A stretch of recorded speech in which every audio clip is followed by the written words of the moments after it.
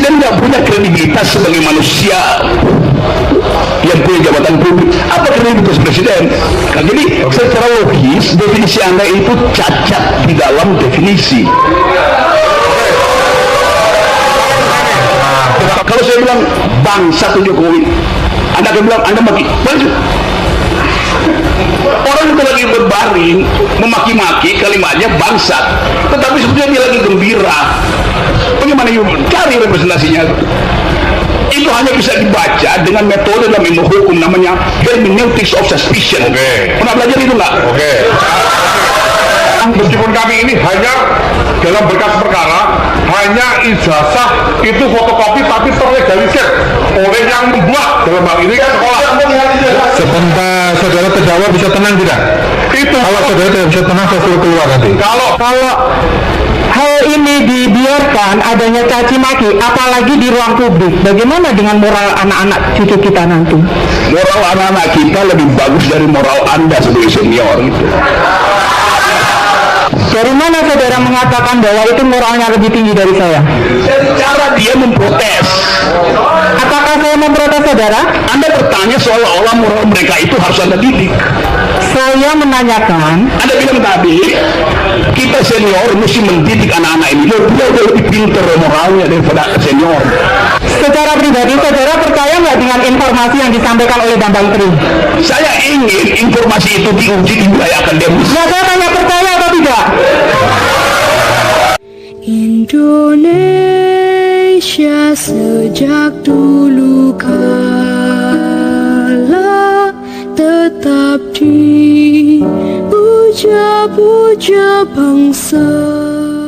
Saudara tidak bisa tenang, saya suruh keluar nanti. kalau dibandingkan kami belum saling membandingkan karena ada studi komparatif atau mungkin pembuktian saling membanding dalam pemeriksaan terdakwa nanti. Kami mempunyai bukti otentik dalam artian meskipun fotokopi tapi terlegalisir dikeluarkan. Oke, sebentar, gini aja. Sebentar, sekali lagi, saudara saya suruh keluar nanti. Kami belum tahu dari pihak Pak Bambang ini palsunya di mana. Ya, apakah dia punya fotokopi supaya kami yang terlegalisir kita tidak tahu. Pertanyaannya coba saja. Apakah itu terus kemudian yang viral kemarin bahwa sebelum ke persidangan hari ini ada saksi kami hadirkan Joko Wahyudi.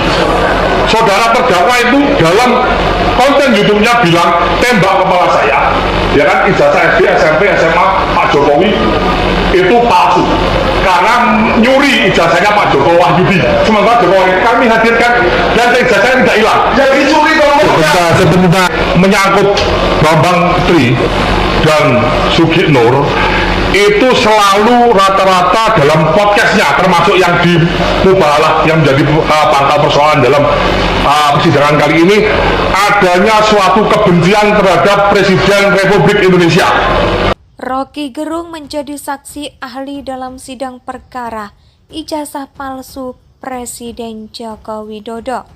Rocky Gerung berani membentak dengan jaksa sidang ijazah palsu Jokowi. Bapak Jokowi karena yang diangkat itu sekarang kalau saya tanyakan kepada Pak Bambang itu SD, SMP, SMA, kuliah tidak pernah kenal dengan namanya Pak Jokowi, tapi dalam Sebentar, nggak usah dikomentar dulu. dalam bukunya Jokowi Undercover 1 maupun Jokowi Undercover 2 yang katanya belum terbit, Jokowi Undercover 1, saudara ahli tahu bahwa gara-gara membuat buku itu yang saya tahu kalau memang itu penelitiannya itu sesuai dengan data kayak gitu ada semacam harusnya bedah buku ngundang saya saudara ahli mengatakan itu kalau misalnya diuji di pakar-pakar atau mungkin di universitas. Sebentar Pak, terdakwa tenang dulu, nanti ada pilihannya. Sebentar Tidak dilakukan oleh yang bersangkutan.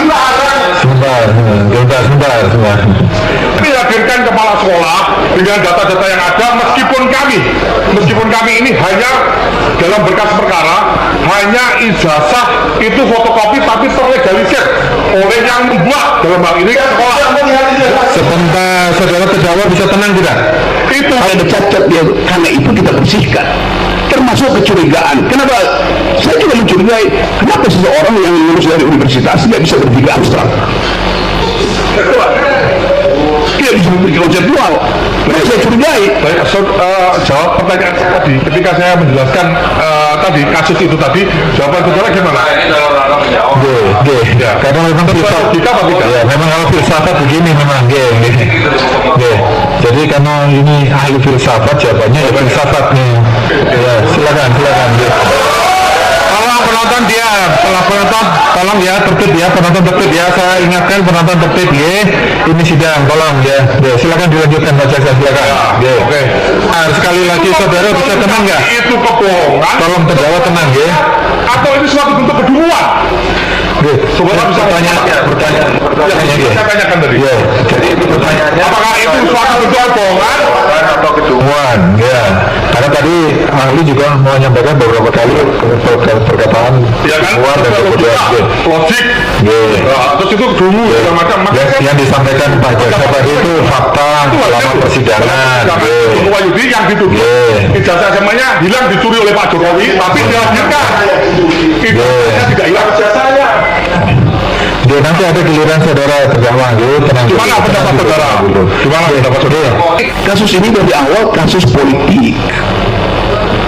Bukan, kan yang dipersoalkan ada tokoh politik namanya Joko Widodo yang adalah presiden.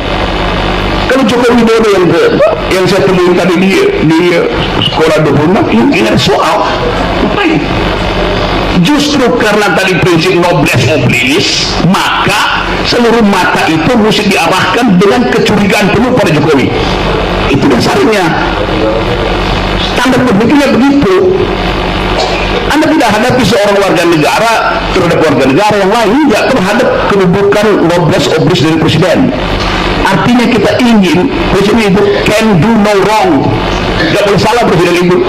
Tidak boleh ada baik atau tidak. Pro kontra itu kalau misalnya sekarang kita melihat tidak ada saling mencaci maki, saling kebencian, normal-normal saja nggak apa-apa ahli. Oke, karena di sini menimbulkan antara mereka, mohon maaf, mereka yang pendukung pemerintah dalam arti ini Presiden Jokowi dengan mereka yang kontra pemerintah, itu terjadi debat kusir yang tidak tahu seluntungannya alurnya selesainya kapan, malah timbulnya perpecahan, kebencian, kayak gitu. Menurut saudara, hal ini itu sudah representasi di dunia nyata atau belum? Saya terangkan wajar saya. Pertama, you pakai istilah pro kontra. Pro kontra itu maksimal, yang satu puji, yang satu caci. Kalau dua puji itu pro. Bukan Pak? Kalau yang mencaci artinya kontra. Dunia ini pro kontra. Anda tidak bisa mengusulkan Anda pro kontra tapi saling puji aja ya. Anda pro kontra dan saling caci. Jadi secara logis definisi Anda itu cacat di dalam definisi.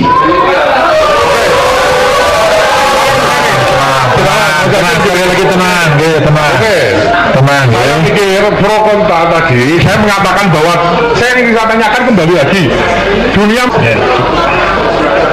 Menurut filsafat ya saudara ahli kayak gitu, pemberitaan apapun, penyebarluasan informasi apapun kayak gitu kan, sebelum ada keyakinan atau data yang terverifikasi kan tidak boleh istilahnya menyebarkan itu suatu kebohongan atau nggak sesuai data kayak gitu, karena itu menyangkut kredibilitas seseorang kayak gitu. Menurut pendapat ahli gimana? Itu yang saya bantah dari tadi, nggak ada kredibilitas seseorang di situ. Presiden nggak punya kredibilitas sebagai manusia yang punya jabatan publik. Apa kredibilitas presiden? Dia dipilih rakyat supaya meneruskan kepemimpinan. Dia juga bisa diketahui rakyat. Apa kredibilitasnya? Intinya Anda mesti paham di dalam hukum person in law yang adalah human dignity. Oke, saya lanjutkan ya, bahwa dari konten podcast Mubahalah kedua orang, terus akhirnya yang membawa mereka ke persidangan hari ini, itu menimbulkan pro dan kontra di masyarakat, di medsos, di dunia maya. Saya tanyakan kepada saudara, dunia maya ini apakah sudah menjadi representasi dunia nyata pada saat ini? Sebelum itu saya tanya dulu, pro dan kontra itu baik nggak ada di dunia maya? Baik. Artinya bahwa dalam kehidupan bernegara, berbangsa, bermasyarakat, berbangsa dan bernegara, semua warga negara Indonesia harus berdasarkan Pancasila. Oke? Salah satu butir pelaksanaan dari Pancasila adalah salah satunya saling menghormati sesama manusia. Baik. Nah, dihubungkan dengan penjelasan ahli bahwa tadi dikatakan bahwa hoax itu bukan kejahatan, orang saling caci maki di dalam ruang publik sekalipun, di media sekalipun, itu biasa-biasa saja, boleh-boleh saja. Yang saya tanyakan, kalau itu menimbulkan suatu hal yang pada akhirnya tadi saling dendam, saling caci maki, saling bermusuhan, ada pro dan kontra. Bagaimana dengan kehidupan bangsa kita? Bagaimana dengan pendidikan moral bangsa kita? Kita ini yang senior-senior ini kan memberikan edukasi kepada yang junior-junior. Kalau hal ini dibiarkan adanya caci maki, apalagi di ruang publik, bagaimana dengan moral anak-anak cucu kita nanti? Moral anak-anak kita lebih bagus dari moral Anda sebagai senior gitu. Saya terangkan. 3 jam lalu seorang anak SD umur 14 tahun wawancara saya di ruang rapat situ. Dia anak SMP, matanya cacat. Dia mendengarkan seluruh podcast saya tentang keadilan dan dia bilang begini, saya umur 14 tahun tapi saya mau protes kenapa negara ini terus menerus tidak dia pakai bahasa, bukankah negara ini Pancasilais, kenapa keadilan susah betul diperoleh? Dia tidak berpikir, dia intuisi melihat keadaan. Anak umur 12 tahun, dia tahu bahwa seluruh kegiatan seminggu ini bertumpu pada peristiwa di Departemen Keuangan. Dia tanya menurut saudara ahli ini merupakan representasi dunia nyata atau tidak? Dunia maya itu, perhatikan ya kalimat saya, sesuatu yang diupload ke dunia maya mengalami abstraksi. Anda nggak bisa lihat. Kalau saya bilang bangsa Jokowi, Anda akan bilang Anda maki. Orang itu lagi berbaring memaki-maki, kalimatnya bangsat, tetapi sebetulnya dia lagi gembira. Bagaimana cari representasinya itu? Itu hanya bisa dibaca dengan metode dalam ilmu hukum namanya hermeneutics of suspicion. Oke. Pernah belajar itu nggak? Oke. Baik, tadi ahli menyinggung sedikit tentang pendapat bahwa ada penjelasan ahli bahwa Presiden Jokowi itu tidak paham Pancasila. Ya. Lalu kalau kita melihat bahwa pengertian dari segala sumber hukum di Indonesia itu Pancasila, apakah ahli sependapat dengan itu? Sumber dari segala sumber hukum adalah Pancasila di Indonesia.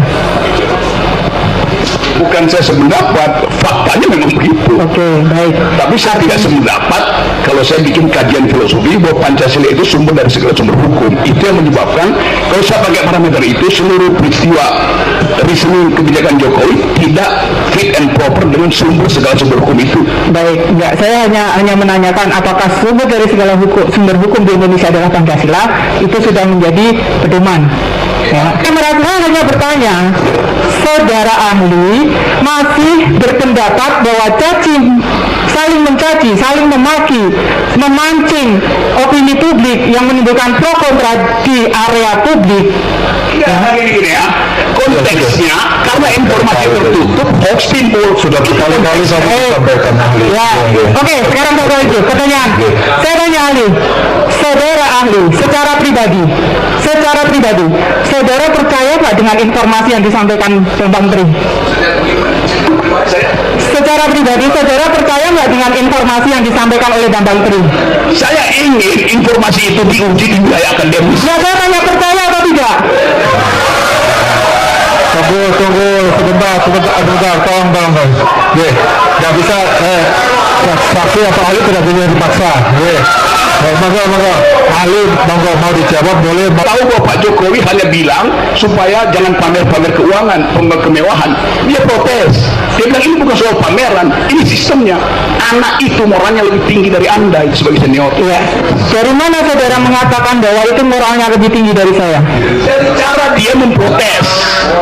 Apakah saya memprotes saudara? Anda bertanya seolah-olah moral mereka itu harus Anda didik. Saya menanyakan. Anda bilang tadi, kita senior mesti mendidik anak-anak ini. Dia udah lebih pintar moralnya daripada senior. Saudara ahli tadi mengatakan bahwa tadi saudara seperti mencontohkan pertanyaan teman saya tadi, ada kambing hilang sama orang yang jualan jamu, ya kan? Mengalihkan seperti, mohon maaf Bapak. Sebentar, biar kita jadi to the point aja. Pertanyaannya tadi udah Jadi Indonesia tanah air beta pusaka abadi nan jaya.